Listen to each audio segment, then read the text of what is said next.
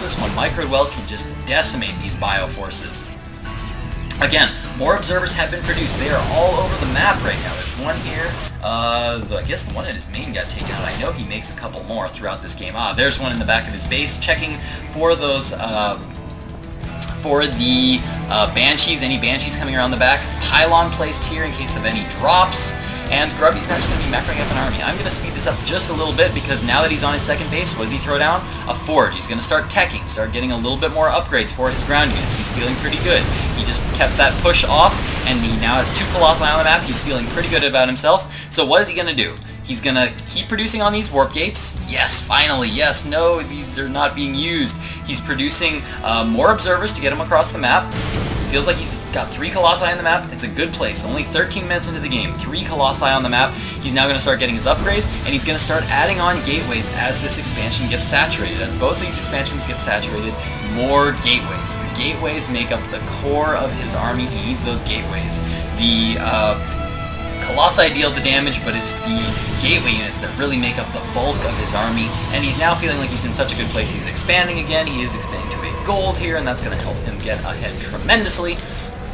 But for now, we don't care about that too much. We care that he is now on this structure of 6 warp gates. I believe he's got 6 warp gates up right now. Yes, 6 warp gates are up right now. 1 robotics facility, a robotics bay, and he is just now getting up a Twilight Council. So now, upgrades. He knows he's in a good place with his army now. He's got his production structures up, so what's he going to do? He's going to start getting those upgrades. He's going to start making the units he has better. The units that he has on the field right now, he's upgrading their damage right now. He's getting that Zealot charge. He knows his opponent is going for that Bio Ball. What is the most important thing gateways allow you to do? Warp gates allow you to be very, very flexible.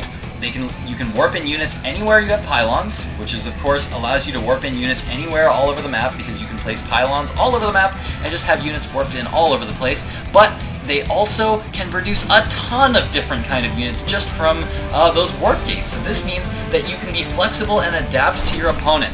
Now, there's some damage here going down. There's a Zealot that's scouting this third.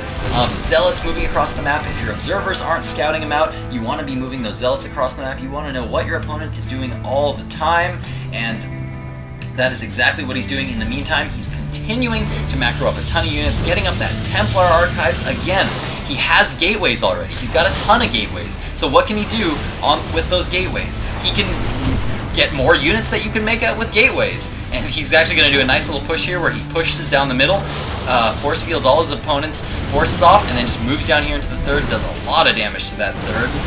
Again, not terribly important. This is cool. It's cool that he does this, but what we care about is the bigger picture right now. We're right now focusing on the bigger picture. This is actually a lot of Marauders and a lot of Vikings from TLO because TLO saw that high Colossus number early on, so TLO is trying to account for that. So he's now coming in and he's actually going to deal a lot of damage to the forces of Grubby right now. But Grubby, again, still just macroing up, still making his units better, still getting these upgrades, getting more gateways. Templar Archives is up. Soon he's going to be researching that Psystorm. He now has charge on his units, and he's going to be pulling back here. And guess what? Now that his opponent has a very good counter to Colossi, what's he going to do? Well, he's already got a robotics facility. Let's start making Immortals, because Immortals are darn good against these Marauders. These Marauders deal 20 damage to armored units. That means that on these Immortals, it is just reduced to 10 damage. So that means it reduces a lot of the damage, very, very tanky units. What's the other thing he's going to start to do? He's got gateways. He has the ability to get High Templar with his Twilight Council out. So what's he going to do? He's going to start morphing Archons. Why? He saw his opponent is going for a heavy Marauder mix. Archons versus Biological deal a lot of damage. 43 damage versus Biological, and they are also not considered to be armored. They are they are considered to be psionic units. So these Marauders do not get their bonuses against them and only deal 10 damage to Archons as well. So this is a very good mix of units to have against this heavy Marauder play. High Templar now coming out onto the field. He's going to be researching that Psionic Storm for the late game. But here, I'm going to speed this up a little bit. Taking another expansion. Feels like he's in a good spot. Has a big army placed out in the middle of the map. Has observers all over the place so he can be monitoring his opponent's worker count. Right now he's checking out his worker count of his third. Knows he's on a gold, so he knows he's got to be pretty well ahead. Going to be moving in now with a lot of forces. Still got a few sentries in here for that Guardian Shield to further reduce the damage from those Marauders. And in the meantime, he added on more gateways now. I think, are we currently still at let's see. Looks like we're on 8 gateways right now. 8 gateways right now.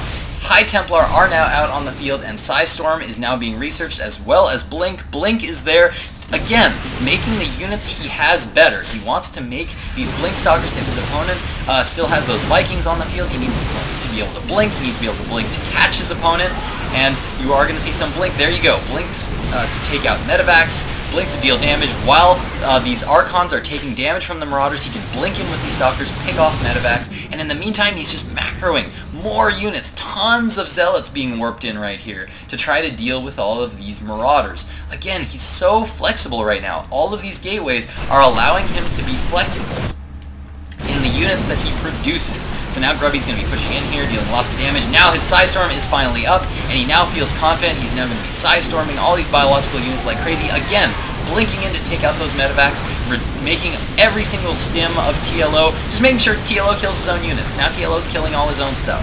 And so we're going to see a GG from TLO here pretty shortly, and there's the GG. That's it.